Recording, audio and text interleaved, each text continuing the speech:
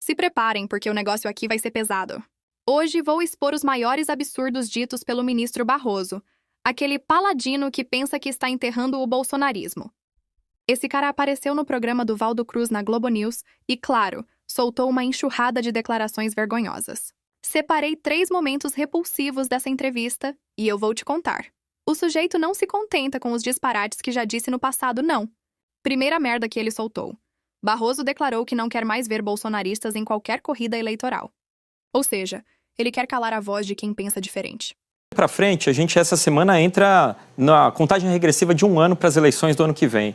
Diante desse cenário, como é que o senhor vê o futuro político do país? Pode haver um controle desse radicalismo ou, pelo contrário, um recrudescimento dessa força radical extremista aqui no país? Qual que é a tua opinião? Eu lembro que em 2018 o senhor se manifestava com bastante otimismo com relação à força que a democracia liberal tinha de resolver seus próprios problemas, mas ao longo desses anos a gente viu muitos ataques à nossa democracia. Então, queria a tua perspectiva para o próximo ano nas eleições de 2026. Já que a gente está falando de perspectiva, também queria a perspectiva com relação à tua própria pretensão profissional, se segue no Supremo ou não, porque muita gente fala de aposentadoria, eu precisava perguntar.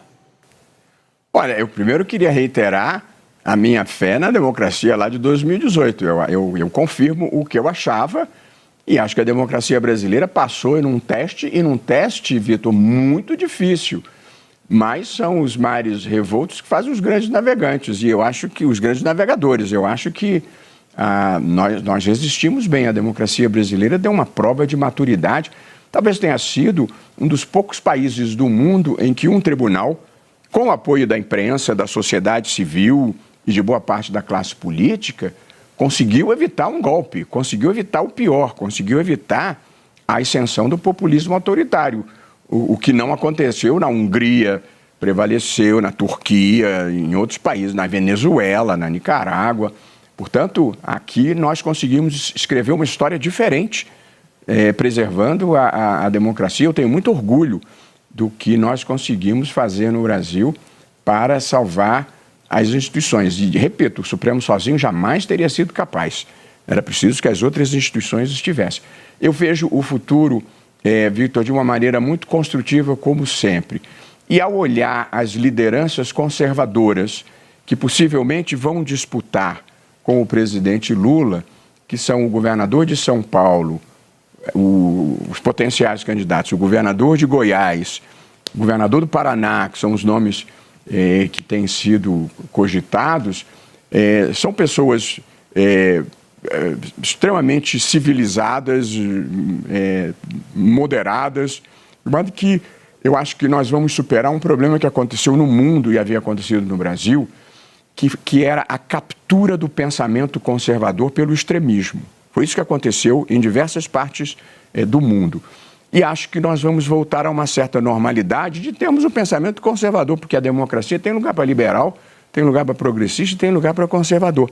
A captura dos conservadores pelo extremismo em muitas partes do mundo levou a consequências negativas como perda da civilidade, perda da importância da verdade, desprezo pelas instituições de conhecimento, e imprensa e universidades, e eu acho que nada disso vai se repetir no cenário que eu vejo lá na frente no Brasil.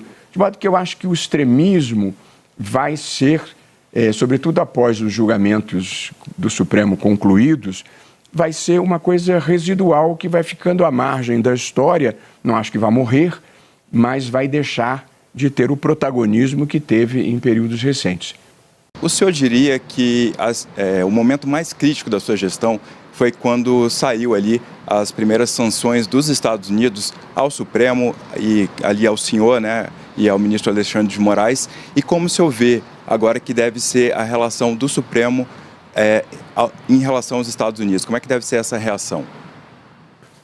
Olha, eu não diria que tenha sido o momento mais crítico, Márcio. Certamente foi o momento mais surpreendente, porque geralmente as pessoas se preocupam com independência judicial por desvirtuamentos das instituições domésticas. Quando a independência judicial sofre um ataque externo, Isso é muito atípico e imprevisível e, portanto, eu evidentemente lamento.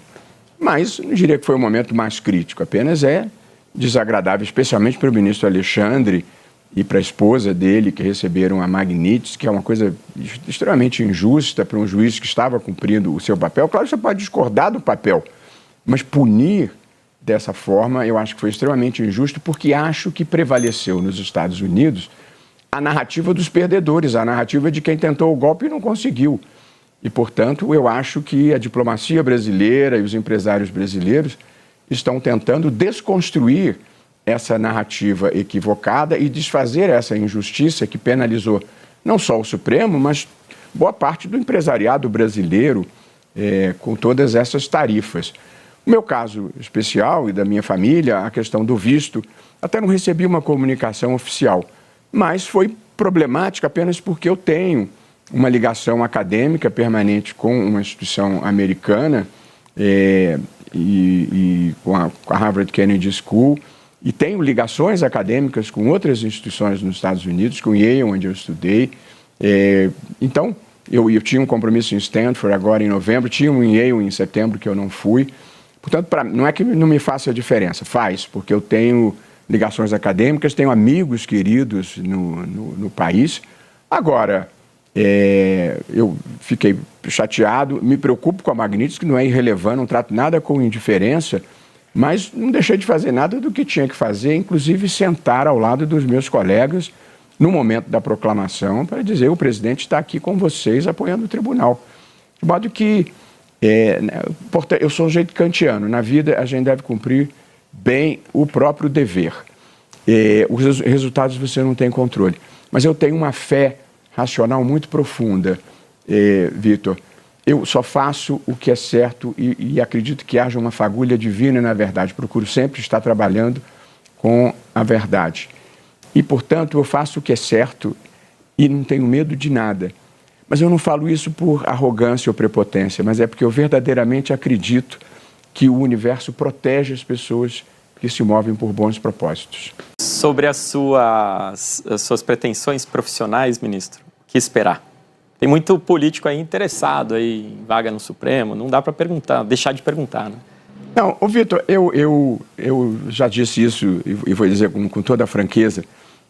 Quando minha mulher era viva ainda, já estava doente, eu tinha um ajuste com ela de sair depois da minha presidência e aproveitar ainda um restante de vida que ela pudesse ter para a gente passear e, enfim, eu ter mais atenção para ela, que a vida no Supremo absorve demais.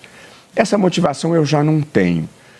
Nesse momento, eu vou ser muito sincero para você, eu vou fazer um retiro espiritual no final de outubro, eu não consegui sair antes. De quanto tempo, ministro? Uma semana. Uma semana? Uma semana. E aí eu vou decidir. Eu sou feliz do Supremo, tenho uma relação bacana com os meus colegas, gosto do meu trabalho. Às vezes tenho a sensação de já ter cumprido um ciclo. Eu gosto de vida acadêmica, como você sabe, tinha alguns convites nos Estados Unidos, tem convite de outras partes do mundo. Não tenho vontade de viver fora do Brasil, mas eventualmente ir aqui e ali. Eu realmente não... Você é embaixador em Paris? Embaixador em Paris não é uma das minhas cogitações. Até liguei para o embaixador Ricardo Neiva, que é meu amigo, para dizer que eu não quero o lugar dele, nem o de nenhum embaixador. Se for para ficar no setor público, eu ficaria no Supremo. O Supremo tem muitas coisas boas. Inclusive a visibilidade na participação no debate público. Mas me limita muito. Poder de influência, né? Limita o que eu posso dizer, limita como eu posso me comportar.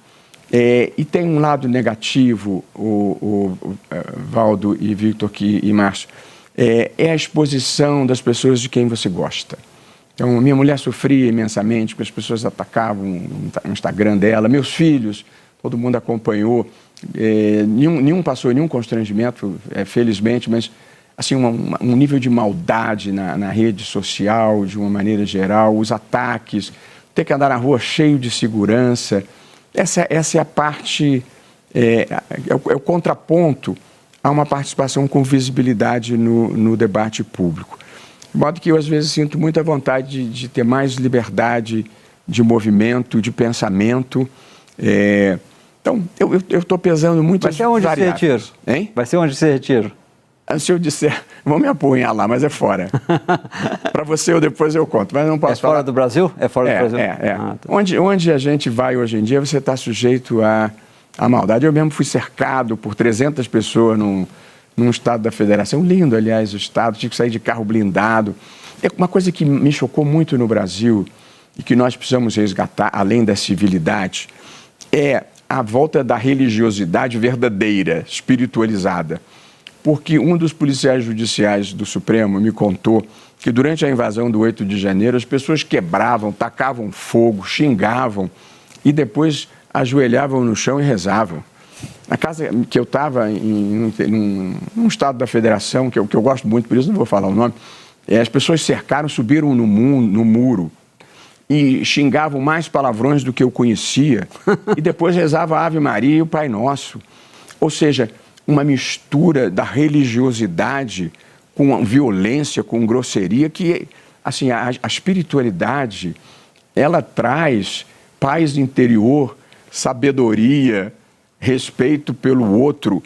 Essa religiosidade grosseira, agressiva, raivosa, não tem um pingo de espiritualidade, é uma farsa. Então, pessoal, se você curtiu esse vídeo, não deixa de dar aquele like pesado e se inscrever no canal. Não dá pra deixar esses absurdos passarem em branco e a sua ajuda é essencial pra manter a voz da verdade sempre alta. Se você também está revoltado com o que Barroso anda falando, compartilha com os amigos e ajuda a espalhar esse conteúdo, porque a luta é nossa. Vamos fazer barulho, porque quem cala consente. Nos vemos no próximo vídeo e preparem-se, porque vem muito mais por aí.